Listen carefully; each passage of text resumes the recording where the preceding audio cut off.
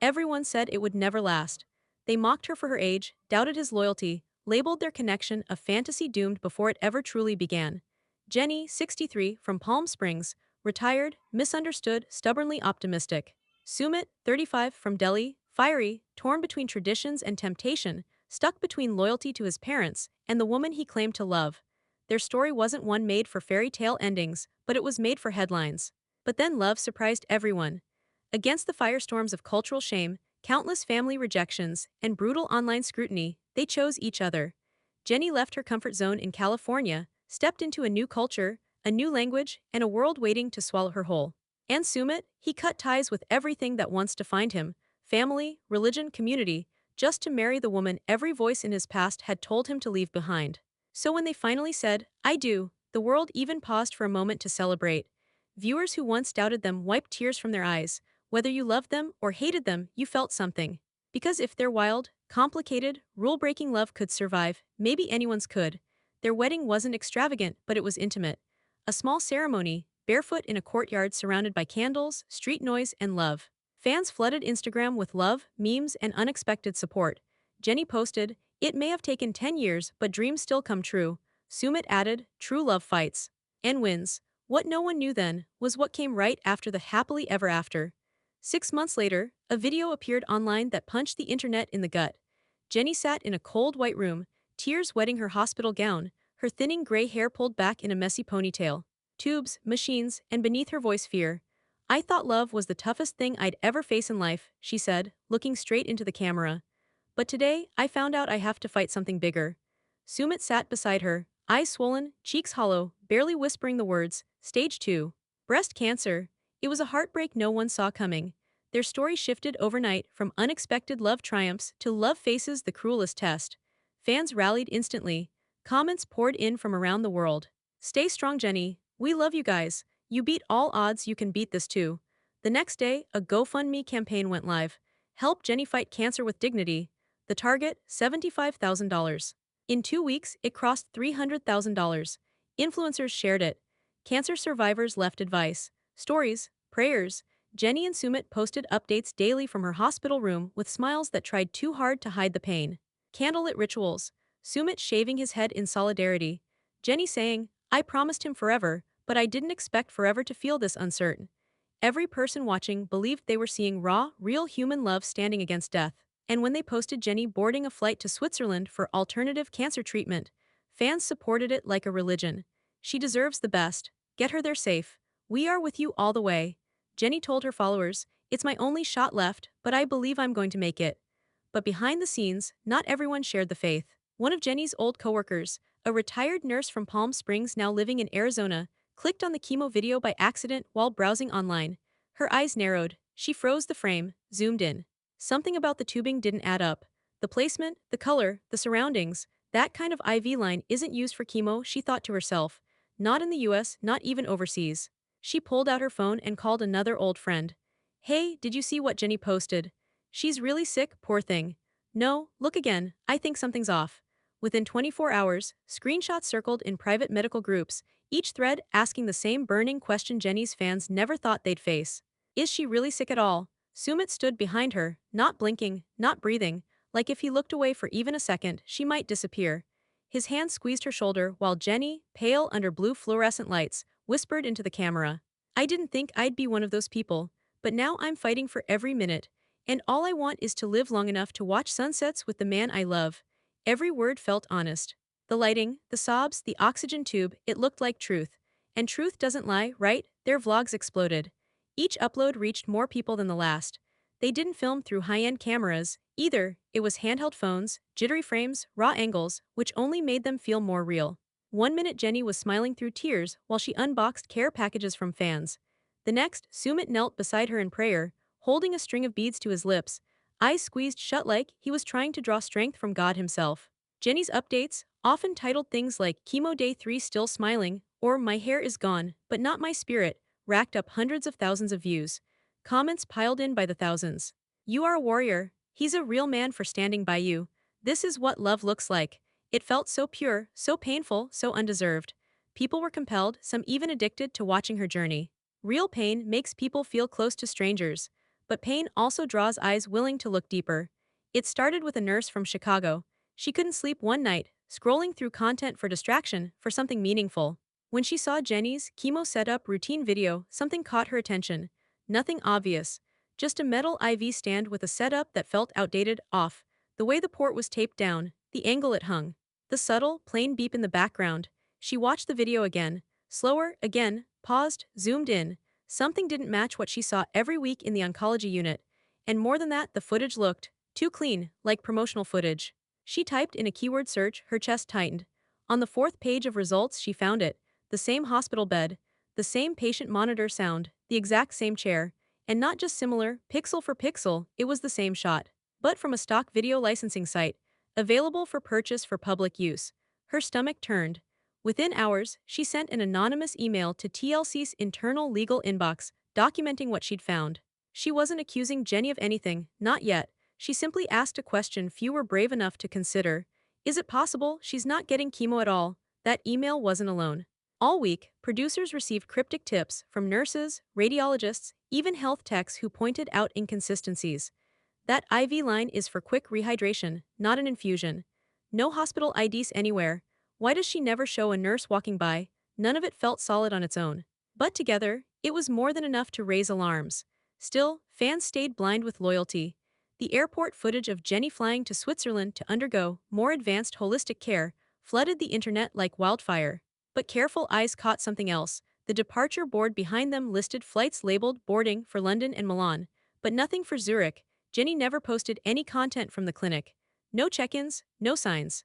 Instead, she shared wellness photos in a robe at what she claimed was a treatment detox center. Yet background music played too loud. Her cup of wine sat quiet beside organic fruits. And her skin, her rosy, glowing skin, was never flushed, bruised, drawn, or touched by chemo. Someone had to say it. Sumit's cousin Amit finally did. The one who'd always stood by him quietly, the one who kept his mouth shut during the wedding, the family shame, the one who knew how much Sumit had sacrificed. He pulled Sumit aside at a local cafe in Noida. His voice was cautious but heavy. "Bye, I've watched every video, all of them, and something's not adding up." Sumit's brow furrowed, but he said nothing. She was supposed to be in Zurich that week, but I tracked her Instagram post location metadata. Sumit blinked in distraction, confusion. She was in Barcelona, not Switzerland. Silence dropped like glass shattering on tile. Then Amit leaned closer, quieter, dead in the eyes. "You love her, I know, but ask yourself something, Sumit, and be honest. Has she actually been to Switzerland at all?" The lies didn't scream, they whispered. Quietly from the back of drawers. From zipped compartments in a suitcase left slightly ajar. From the corner of a room where a new Louis Vuitton handbag was placed without fanfare or mention. That's how it started for Sumit. Not with accusations or drama, but with doubt. A slow, aching instinct telling him something was off. Jenny was resting on the couch that afternoon, claiming another wave of weakness had left her too tired to move. The curtains were drawn. The lights dim, a room built to look like suffering. But Sumit, he wasn't looking at her. His eyes had fallen on a receipt peeking out from under a folded scarf. He wasn't even trying to find anything, he didn't want to. But his gaze found what his heart had tried to ignore. It was a charge dated 3 weeks earlier. From a luxury boutique in Paris, jewelry and cosmetics. His chest tightened as he stared at it. Those weren't hospitals she was visiting. Those weren't therapy centers. She was shopping, in Paris, the first time he told himself it was a reward for surviving the toughest round of her treatment. But the receipt wasn't alone. That night, after she fell asleep, he opened her purse for the first time in their entire relationship. "No secrets," she used to say, "we don't hide from each other." So why did it feel like he was violating that? Inside her wallet were hotel keycards, 3 of them, all from different five-star properties. One from Milan, another from Rome. One was dated the day she claimed to be admitted into a Swiss retreat.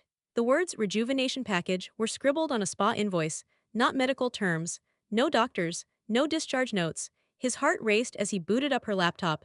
Not to snoop, but to breathe, to prove his instincts wrong. But curiosity has a cruel way of rewarding itself.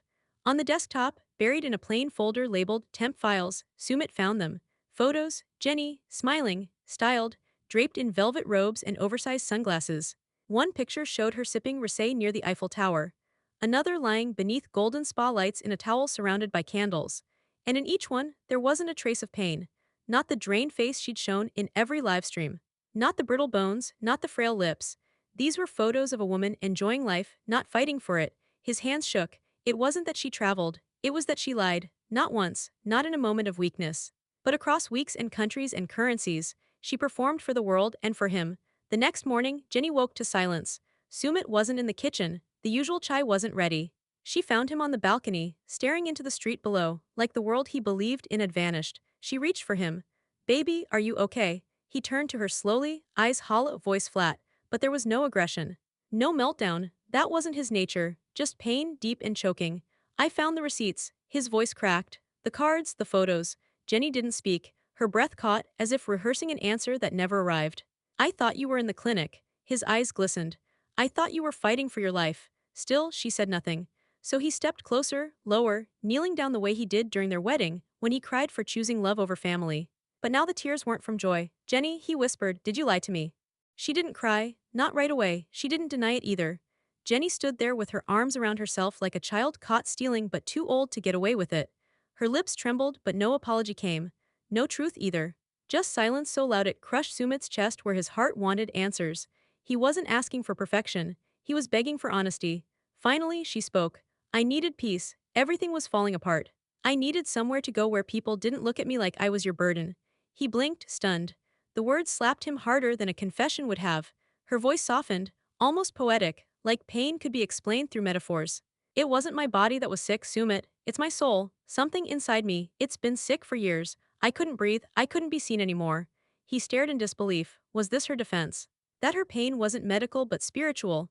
That her months of lying, her lingerie photo shoots in Milan, her staged chemo vlogs, all were justified by inner emptiness? She kept going. I was never trying to hurt you. I was trying to find myself. Do you know what it feels like to lose who you are while the whole world watches? People calling me desperate, disgusting, clinging to youth. I just wanted to feel whole again. Even if it was by pretending to be broken. Sumit's jaw clenched, his hands trembling against the balcony railing. Thousands of memories crashed through his mind, her laughing, holding his hand when his mother disowned him, the way she cried at their wedding, the nights they danced in the kitchen when there wasn't enough food to celebrate anything else. He remembered defending her to everyone, his family, his friends, the world, and she had lied to all of them. I'm not angry that you wanted space, his voice cracked. I'm broken because every time I brought you medicine, I thought I was saving your life. And you were never dying, you were shopping. Jenny stepped forward, placing a hand on his. They believed the story we showed them. What do you want now? Do you want to ruin me? Sumit stepped back like her touch burned him. He didn't recognize her anymore. The woman in front of him wasn't the one who said forever. This Jenny spoke like she had rehearsed pain, like manipulation was her language now, but he needed closure. He needed to be sure what he saw wasn't just confusion, so he sat at her laptop again. This time, he dug deeper. Dug like someone afraid of what they might find but more afraid of living in denial. He pulled up the name of the Swiss clinic she swore she visited. St. Valera Healing Center. A beautiful name. A website with cascading waterfalls, testimonies of rebirth, radiant women claiming miracles. Until he scrolled to the bottom, a disclaimer. All photos featured are dramatizations. This site is a private coaching blog, no medical services offered. It wasn't a real clinic, not even close. And the booking dates matched Jenny's stay in Paris. It was done. He stood quietly, fingers curled into fists at his side, his breath heavy but controlled. And still, his voice didn't come with fury, it came with finality. I'm filing a complaint, Jenny. You lied to them. You lied to me, and someone needs to make this right. She opened her mouth but the words never came. Sumit had already turned, walking away, each step heavier than the last. This wasn't about embarrassment anymore. It was about betrayal running through the blood of a man who gave everything. And now, he had nothing left to give. It didn't take long after Sumit filed the complaint for the story to catch fire. One quiet submission turned into a media storm as TLC producers, former cast members, and enraged fans watched the illusion unravel in real time. And the world that had once cheered for Jenny celebrated her defiance, her spirit, her, against all odds, love turned on her with knives in their hands. Within days, a third-party forensic video analyst conducted a digital scan of every chemo vlog Jenny had ever uploaded. The results, devastating.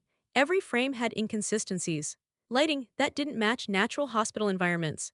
Background noises that repeated in exactly the same rhythm across several videos. Multiple scenes used identical camera placements. No hospital branding. Not a single nurse or doctor in sight. Then came the smoking gun. The analyst presented a side-by-side comparison. Jenny's Chemo Day 5 video and a stock video clip listed on an open-source medical footage site. Frame by frame, they matched. Identical machines, identical curtains, Identical lighting glitch in the far top corner. The only difference? Jenny had edited her face into the frame. The proof hit the internet like an earthquake. Within hours, Reddit threads lit up with screenshots. News channels began reporting TLC star under fire in cancer fraud scandal. Talk shows dissected the footage. Jenny wasn't just accused of lying, she was accused of emotionally scamming an entire global audience. And the fans, the same ones who prayed with her, donated their last dollar, sent heartfelt care packages, they didn't whisper their rage. They screamed. Her social media turned into a battlefield. Every post flooded with 1,000 comments. You disgust me. I'm a cancer survivor. You mocked my pain. Where's the chemo scar, Jenny? I gave you $50. I believed every word. Some messages were dark, threats, promises to expose her further, letters to her family, emails to TLC. The grief people felt wasn't quiet, it was personal, as if she had stolen something more than money. She had stolen trust. Down came the vlogs. Account after account disappeared, but not before internet archivists saved every last clip. Not long after, Jenny reappeared. Not in tears, not an apology, but in a warped display of audacity. She gave a bizarre interview on an off-brand talk show. Her voice calm, her words calculated. She wore a white shawl, her makeup striking, as if playing a role not quite meant for her. I never claimed to have cancer, she said, smiling. I only told people I was fighting something. Everyone assumed what it was. Sometimes pain is deeper than a diagnosis. The host, visibly uncomfortable, asked her plainly if the GoFundMe money had been used for personal vacations. Jenny smiled again. I was healing, and healing looks different for everyone. And with that, she dismissed the cancer world, the warriors fighting for their lives, the donors who skipped meals to send her help, reduced all of it to an interpretation. Legal pressure closed in like storm clouds. TLC released a single line through their PR team. We are aware of the situation and have no comment at this time. No more camera crews, no reunion episode, no farewell segment. It all came to a head one morning when Jenny stepped out of her apartment to collect a parcel. Sunlight warmed the steps. She wasn't wearing a wig, she wasn't limping. A man in a navy jacket approached her with calm but forceful presence. Jennifer Slatton, she stiffened, eyes narrowing. He handed her the envelope. Thick, sealed, heavy. This is your legal summons regarding charges of fraud, online solicitation under false pretense, and immigration misrepresentation. You've been served. Jenny didn't speak. For the first time since it all began, she looked like someone who had run out of performances. And behind a window across the street, Sumit stood watching, silent, not out of revenge, but because the truth had finally knocked on her door. The courtroom was at capacity before the judge even entered. Reporters huddled in corners, sketch artists scattered through the gallery, and metal detectors had been buzzing nonstop since morning. Cameramen weren't allowed inside, but the world didn't need the footage, they already knew the story. The woman who faked cancer, the man who gave up his life for her, the scam that fooled millions. Jenny and Sumit's name had gone from a love story to courtroom headline overnight. Sumit walked in without speaking. His jaw was locked. His spine didn't bend. His emotions, buried deep behind empty eyes, told a story louder than any scream. He didn't look at her, not once. He sat behind his attorney, hands folded, eyes forward. There were no tears anymore. That part had died long before today. Jenny entered next. Not frail, not hunched. She wore a sharp beige blazer, no makeup this time, no shawl across her shoulders. Her face looked hard, like stone with a hint of denial. Her aura didn't say guilt, it said justification. The judge entered. Order was called. The air, stiff with tension, thudded into silence. Jenny's attorney rose for opening arguments. Ladies and gentlemen, he said, his tone slow, deliberate, a little too rehearsed, this isn't a case about money or fraud. This is about misunderstanding storytelling. My client never said she had breast cancer. She created a message of pain, of rebirth, of survival. He paced in front of the jury box. The internet. Assume the rest? Gasps echoed, quiet but sharp, he continued. Jenny Slatton is not a thief, she is an artist, she gave people hope. In her pain, they saw their own. In her words, they found comfort. She showed what life looks like for a woman silenced by a world obsessed with youth, beauty, and perfection. Sumit didn't move, his face blank, but his hand twitched. Jenny stood next.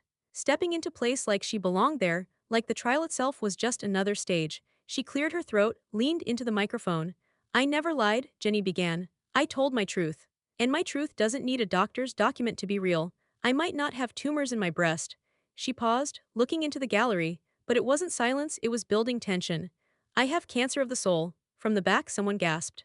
Audible scoffs followed. The murmurs began low, uncomfortable. The judge raised an eyebrow and gently hit the gavel. Control yourselves. Jenny didn't flinch. I wake up every day feeling like pieces of me are dying. Have you ever looked in the mirror and realized no one sees you anymore?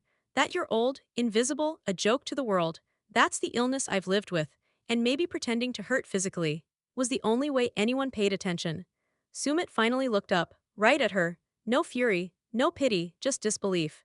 Because in one breath, the woman he thought he knew was trying to turn a courtroom into a confessional booth, asking strangers for sympathy when everything she touched had turned to ash. The prosecutor didn't say much, not yet, but after the judge gave the cue, they called their first witness. From the back door of the courtroom, a woman entered, straight-backed, mid-50s, wearing a white medical coat. She walked to the witness stand and took a seat, her badge just visible enough for the camera sketches to capture. The same nurse who once worked beside Jenny, years ago. The one who saw Jenny's staged chemo IV. The one who had received texts saying, "Don't worry, it's water, it's just for awareness." Whispers spread like wildfire, because now truth had a face, and that face was about to speak. The courtroom fell dead silent as the nurse settled into the witness chair. Her name badge caught the light, Catherine Meadows, RN, 32 years of experience in oncology settings. Her hands didn't tremble, her voice didn't shake. She looked at Jenny for exactly 1 second, then turned back toward the judge, eyes clear, spine straight. "Do you recognize the defendant?" the prosecutor asked. She nodded. "Yes. I worked with Jennifer Slatton for 3 years at a senior outpatient clinic in Palm Springs before she moved to India. What is the nature of your involvement in this case?" Catherine inhaled calmly. "Jenny messaged me out of the blue last year. Said she was creating what she called a healing awareness project. Told me she needed help staging a few photos and videos to inspire other women dealing with invisible illness, as she put it. I assumed she meant mental health." She paused. "But then she asked me for supplies. Saline bags, tubing, needles that looked convincing on camera. She said she wanted to use them for visual impact. That's when I hesitated." Whispers rattled through the benches. A juror shifted uncomfortably in his seat. The prosecutor stepped forward. "Did you assist with any of these photos or recordings?" Catherine gave a slow nod. "She offered me money. I didn't take it. Instead, I showed up at her Airbnb. She said she didn't have access to a real clinic and wanted it to look credible. She already had a backdrop. White sheets hung on the wall, a beeping soundtrack loop playing on a speaker, even a prop heart monitor. I was unnerved, but I agreed to help her set up an IV line. No vein insertion, just tape. The bag was saline, unmedicated, water and salt, that's all. I told her this wasn't okay. She smiled and said, 'It's for art, people need hope.'" Gasps escaped from the gallery. The prosecutor stepped in, carefully placing a thick folder beside the witness. "These are the photos," the nurse confirmed. Inside, timestamp stills matched the videos Jenny uploaded as her supposed chemo treatment. Same lighting, same robe, same fake monitor noise. And the kicker, a printed email from Jenny, dated 3 days before her public cancer announcement, instructing Catherine to keep your side quiet. It's about the message, not the method. A female juror wiped her eyes behind her glasses. A man in the corner shook his head and whispered, "My mom died from chemo." Fans watching through courtroom livestream accounts began to cry. Online, number Jenny the Fraud trended within minutes. Pages and pages of heartbreak swirled under every shared image, screenshots, video stills, scanned receipts. People realized they hadn't just donated their dollars, they had opened their grief, their prayers, their stories to a woman who commercialized pain and packaged it as empowerment. Then came the moment no one expected. Sumit stood up. The judge hadn't told him to speak. His attorney whispered his name, trying to hold him back, but it was too late. Sumit's face flushed, fists trembling at his sides. And then, in a voice loud enough to slice glass, he shouted, "She lied to my heart." Every eye snapped toward him. "She sat beside me and told me she didn't want to die." His voice cracked. "I shaved my head for her. I begged God for her life. Do you understand what that means to waste prayers?" Jenny didn't move. Sumit stepped forward now, security slow to react, but he didn't lash out physically. He broke, right there, mid-breath, stumbling back as if wind had been knocked out of him by truth. His next words, barely above a whisper. "She didn't fake an illness, she faked being human." The judge called for order through the roar of murmurs and cries, but there was no order in that room anymore. Only devastation. And the truth, still echoing in every stunned face watching from around the world. Sumit had never liked public speaking. Not in school, not in interviews, and definitely not in court. But when his name was called to the witness stand, he didn't hesitate. His steps were slow, not from fear, but from weight. A weight most people couldn't see, but one he carried in every cell of his body. It wasn't shame he carried, it was something worse. Betrayal so sharp it didn't bleed, it just silenced. He took the seat, cleared his throat, looked at no one, not the cameras, not the jury, not her. "I met Jenny when I was 22, he began softly. She was the first person who asked me who I wanted to be, not what, but who. His words cracked on the last syllable. That meant something when you're raised in a world where your choices belong to someone else. In the corner, Jenny sat like stone, eyes forward, no flinch, no tension. Sumit dabbed at his eyes, then looked toward the jury, not for sympathy, for understanding. You all saw the clips, the crying, the prayers. I told my mother no. I told my culture no. I told them all. This is the woman I choose. I threw my whole life into her hands.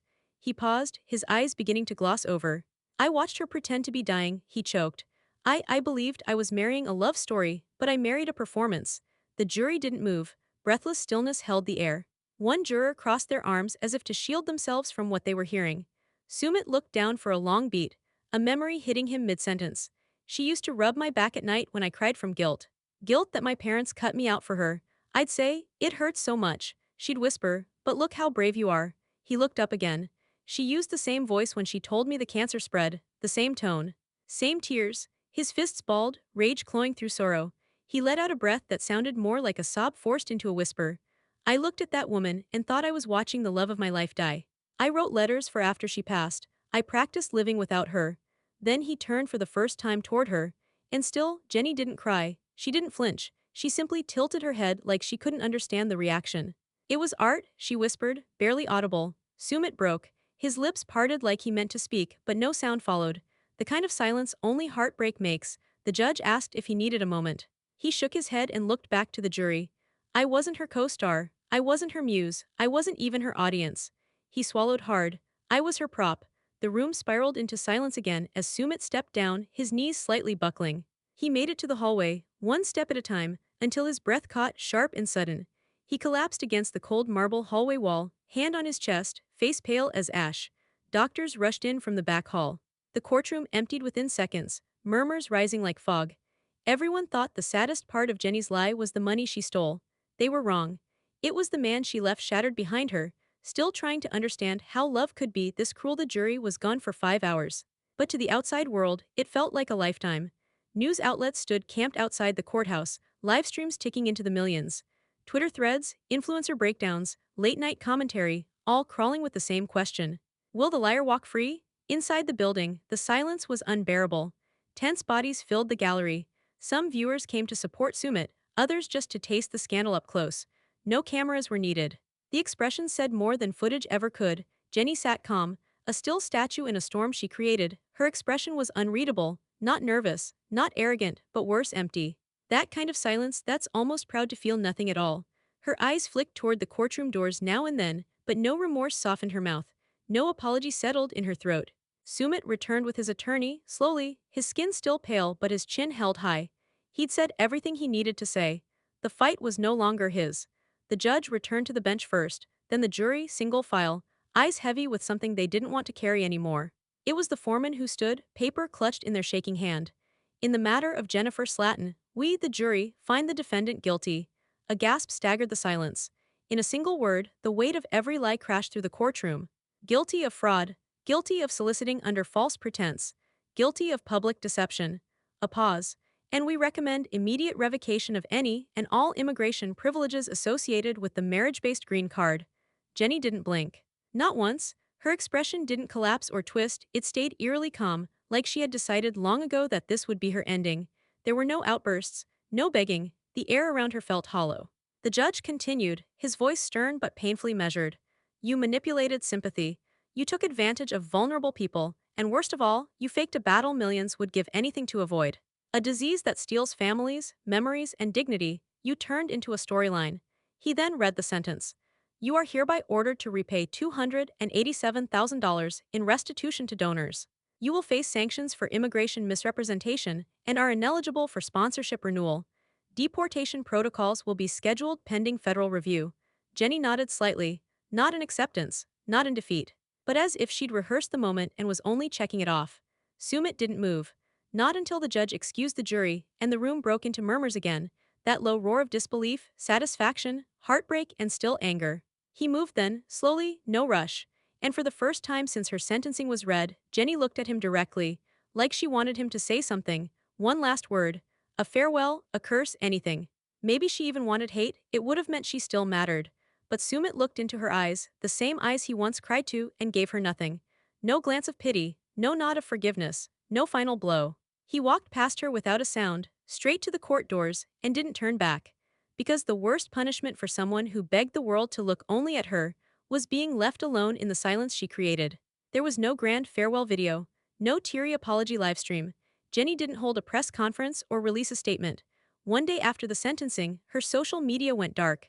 Profiles erased, blogs gone, email stores shut down. Like a ghost retreating into the shadows she once used for attention, she vanished. Quietly, like she'd never existed at all, but she had. And no one who gave her part of their heart, whether it came as a donation, a prayer, or a message that said, "Stay strong," would forget how it felt when they found out it was all a lie. Jenny disappeared, but the wreckage she left behind didn't. For weeks, fans kept talking. Some defended her, not her actions, but her pain. Others called her a parasite, a master manipulator who weaponized vulnerability for gain.